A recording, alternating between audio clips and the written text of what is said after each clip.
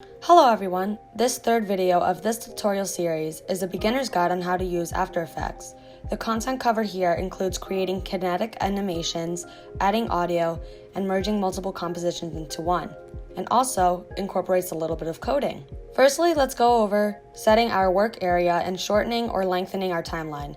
Go to Composition, then Composition Settings to adjusted length. Secondly, let's practice importing an image file.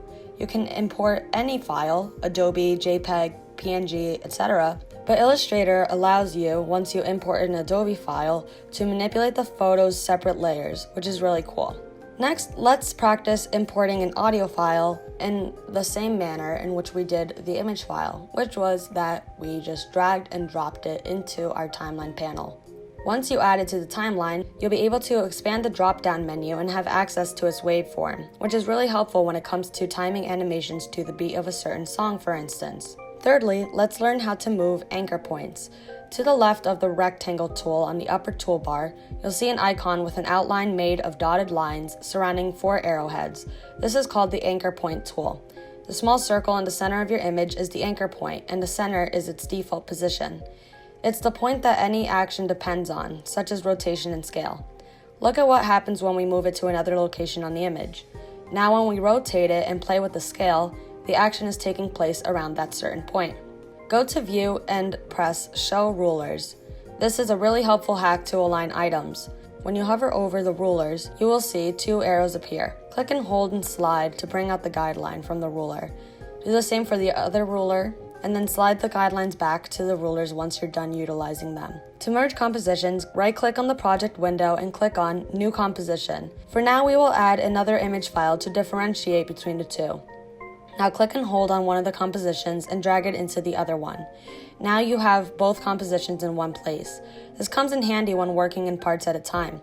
You can edit and animate the compositions now as you would regular layers.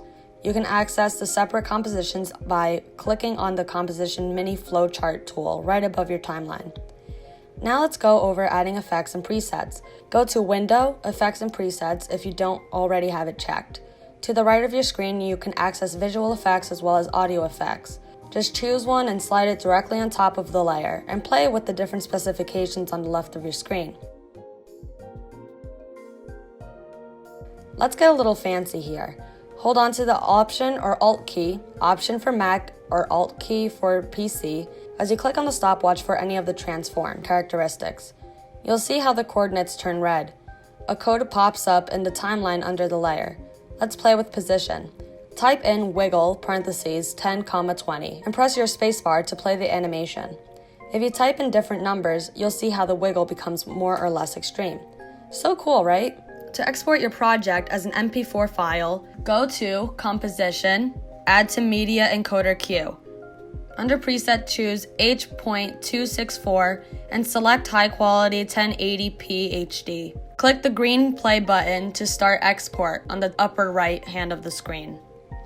I hope this tutorial helped you today in giving you a more in-depth insight on how to animate and add effects to different layers within your composition. Stay tuned for more and be sure to subscribe to make sure that you don't miss out on any future content. Also, make sure to have your notifications on and ring the bell to be alerted for whenever I post a video.